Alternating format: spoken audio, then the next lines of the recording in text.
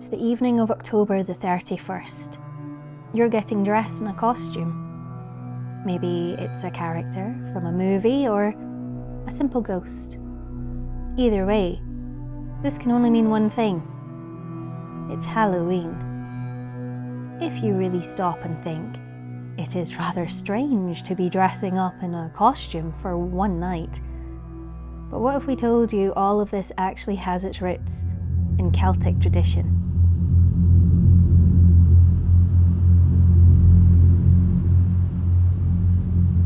Today, we split our year into 4 seasons: spring, summer, autumn, and winter. For the ancient Celtic people, there were only 2 seasons: the light and the dark. As dusk fell on the 31st of October and the last of the light faded away, the dark half began. They named this night Samhuinn, which means summer's end. The trees began to change colour. The leaves began to fall. The weather became colder as the nights grew ever longer. The last of the harvest had to be gathered in, but not without leaving a small offering in the fields for the fairy folk or the Sidhe, so as not to incur their wrath. Animals not kept for breeding were slaughtered, and their meat preserved or used to create large meals to enjoy before the long lean winter set in.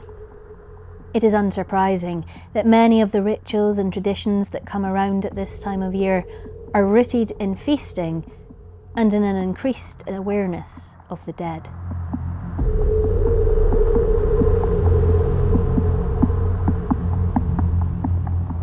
Belief regarding life after death was simple. The dead lived in another realm, along with fairies and all manner of otherworldly beings.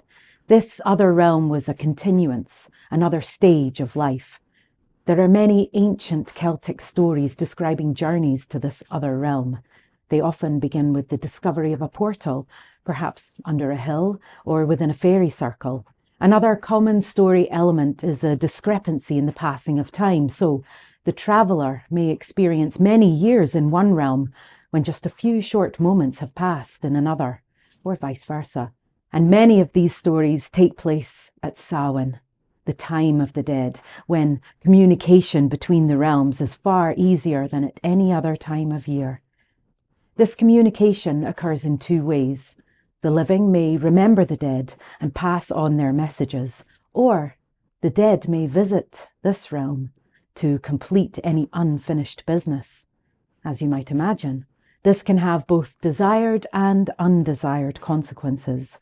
You may be visited by a spirit who is very welcome, or by those who are not so welcome.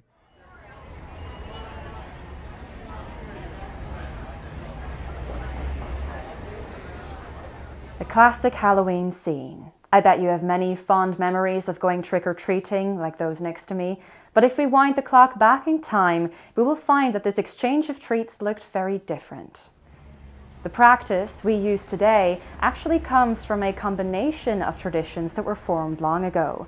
Initially, these treats were offerings to ill-meaning spirits, urging them to stay away.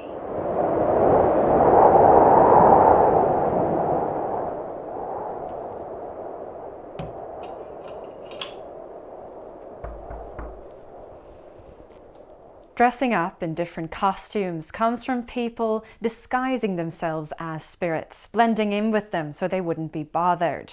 Later on, these guisers, as they were called, would take the offerings for themselves, literally embodying the spirits. Another curious pagan tradition is that of the dumb supper. Now I know what you're thinking. Dumb seems like kind of an insulting word.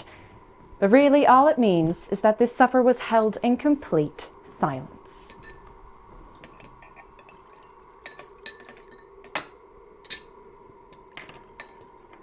There was more to it than that, of course. First and foremost, one end at the head of the table would be set up and reserved for the dead. It would be set up just as it would for anyone else, and it would be given the same food as well. During the dinner, other traditions were at play, such as not looking in the direction of this spot, lest you make eye contact with the spirit, and the door would be kept open so that the spirit could enter whenever it wished to do so.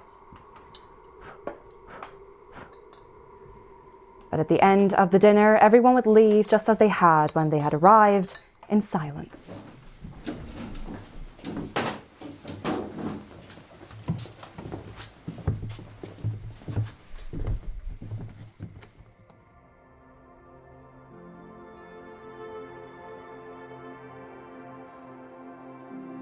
With the spread of Christianity, many of the old traditions and rituals had to be changed and adapted to suit a new belief system.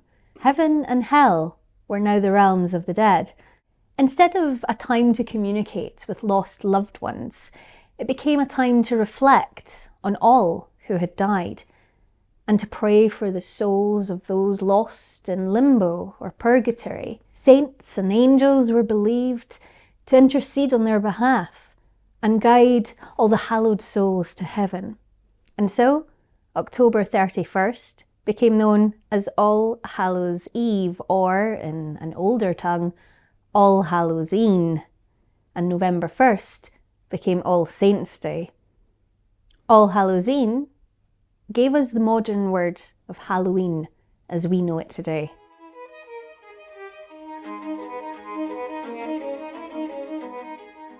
It's quite surprising to see just how much of modern Halloween is influenced by Celtic and pagan traditions, which over time merged with the tenets of Christianity as it spread.